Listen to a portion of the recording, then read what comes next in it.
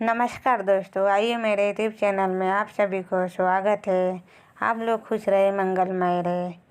सबसे पहले subscribe, like, share कीजिए फ्रेंड। चलिए, भगवान शिव ने अर्धनारीश्वर का रूप कब और क्यों लिया था, इस संबंध में एक कथा है। एक बहु बड़े ऋषि थे, झंतगी ऋषि। वो भगवान शिव के परम भक्त थे। उन्हें अपने परम शिव भक्त होने का अभिमान आ गया था।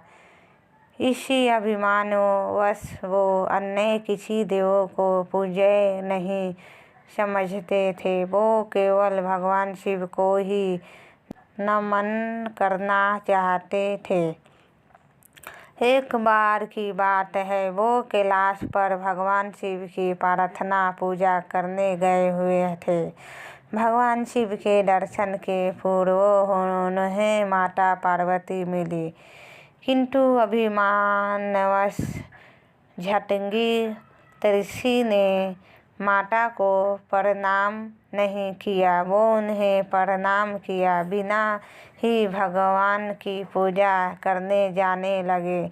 भगवान शिव तब समाधि में लीन थे।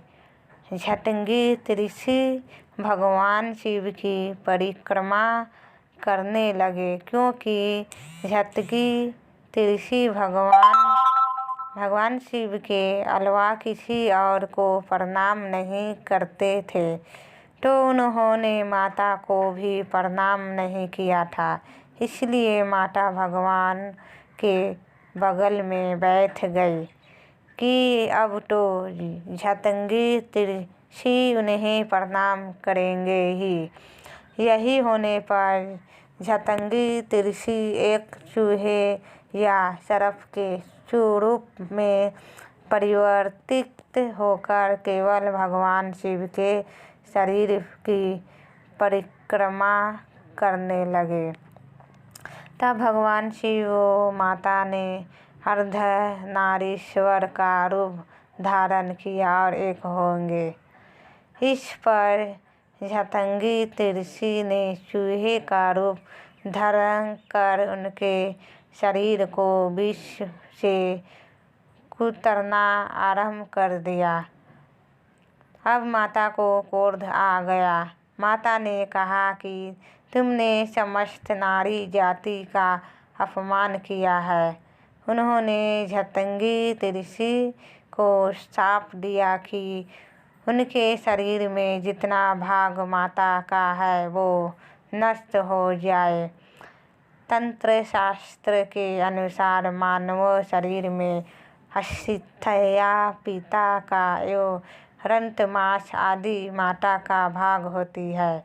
तो झटंगी ऋषि के शरीर से उनका समस्त रक्त मांस अलग हो गया और वो तड़पने लगे। तब उन्होंने उनकी गलती का पश्चाताप हुआ।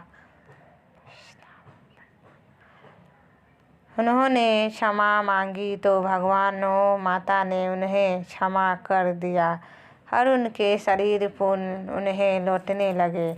किंतु झटंगी ऋषि ने अपने पश्चाताप के लिए बिना उस भाग के ही जीवन जीने की शक्ति मांगी, क्योंकि वो खड़े भी नहीं हो पा रहे थे।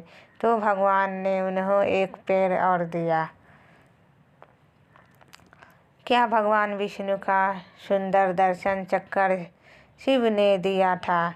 अनेक पुराण कथाओं के आधार पर इसके अनेक व्याख्याएं हैं, लेकिन महाभारत वास्तविक इतिहास है और रामायण के बाद सबसे ऊपर का ग्रंथ है। महाभारत के हरिवंश पर्व में कहा गया है, यत्र लेभे हरिश्चक्रमो पासे बहुवीर्ने पुष्के शतप्रत्यक्ष नेत्र से जगतपति। वह शतान जहाँ कैलाश हरि ने कई दिनों तक जगतपति शिव का कमल के फूल और अपनी आँखों की पूजा करके चक्कर पारपट किया था। भगवान शिव को भोला भंडारी क्यों कहा जाता है? भगवान निराकार शिव को भोलानाथ के ही भोला भंडारी कहने के पीछे भाव है कि वह किसी भी आत्मा को चाहे अंधम पापी ही क्यों न हो, उसको चलते ज्ञान देते हुए अपने पापों से मुक्त होने की विधि बतलाते हैं और इसलिए उनका एक नाम विधाता विधि का दाता भी है। इसलिए भोला और जो आत्माएं अपनी शक्ति के साथ सभी खजानों को गवा देती है, ऐसे भोले बच्चों के नाथ भोलानाथ ज्ञान के